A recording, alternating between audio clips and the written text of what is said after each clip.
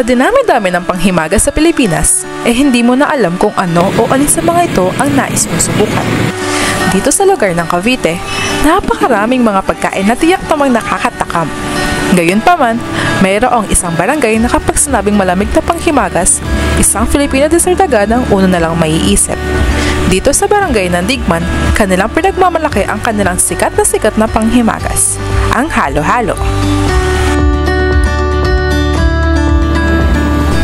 Sinasabing noong panahon ng pagsakop ng mga Amerikano ay naging tambayan din nila itong Barangay Digman. Tinawag itong Digman dahil sa digmaan noong 1960s. Ang naging pahinga noon ng mga Amerikano ay ang mga matatamis at malalamig na milkshake na kalaunan ay naging halo-halo.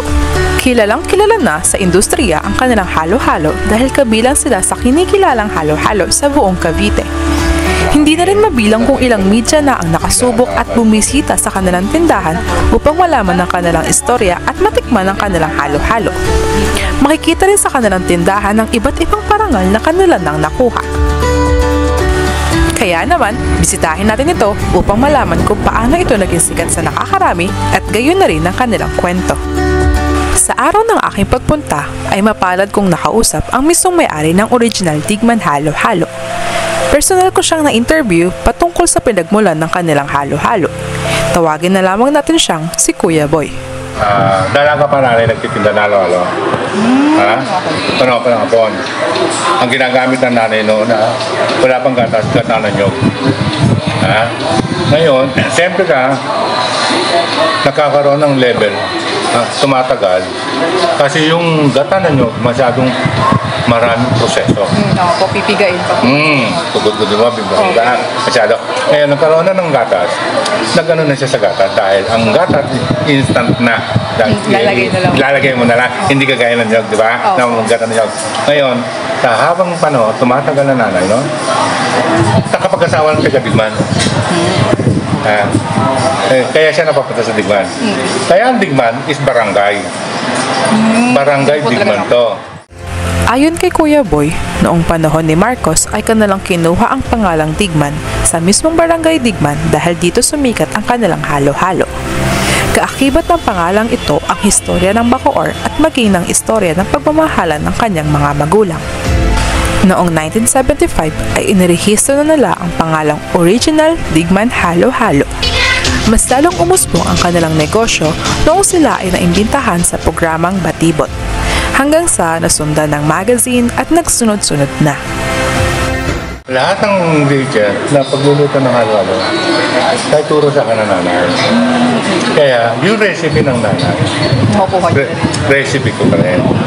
Kaya kung anong timpla na nanay, gano'n. Lahat ng ingredient yan, kami ang nagluluto.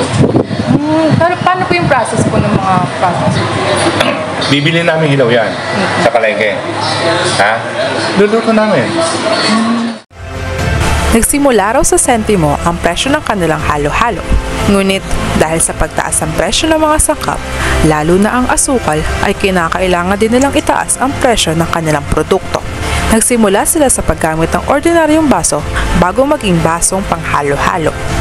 Gumamit din sila noon ng lata upang maiuwi ng customer ang halo-halo o sa Ingles ay take-out. Hindi basta-basta ang paggawa ng kanilang mga sangkap.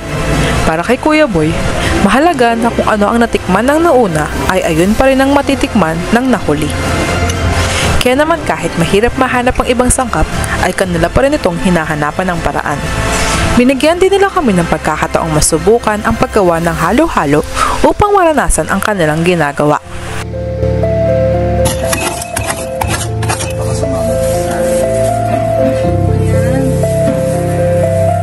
Kaya yung iba, bakit sasabihin nila sa akin, bakit hindi kayo magtaas? Kayo, kaya nyo. Paano yun? Wala. Oo. Yung kagaya, isang buka, gusto kumain ng halo-halo. Kaya ang 100 napakabigat na para sa mga pagkaraniwang tao. Ang pagmamalasakit ni Kuya Boy sa mga tao ay hinding-hinding mawawala kahit pamalaki na ang pinagbago ng kanilang buhay.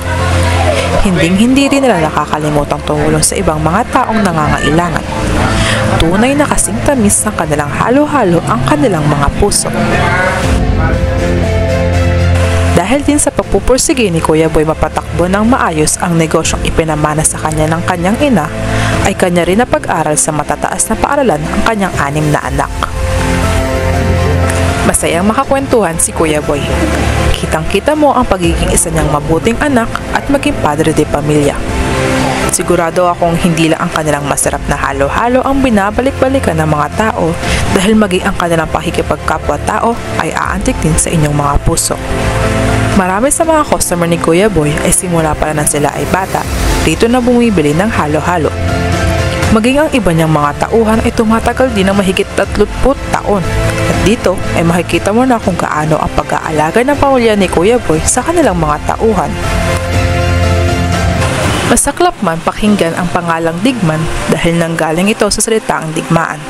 Pero dahil sa kanila, mapapalitan ng masamang alaala mula sa historya ng matamis na kwento, produkto at maging ngiti ng mga tao. Muli, ito ang original Digman Halo-Halo, ang halo-halong kwento ng nakaraan.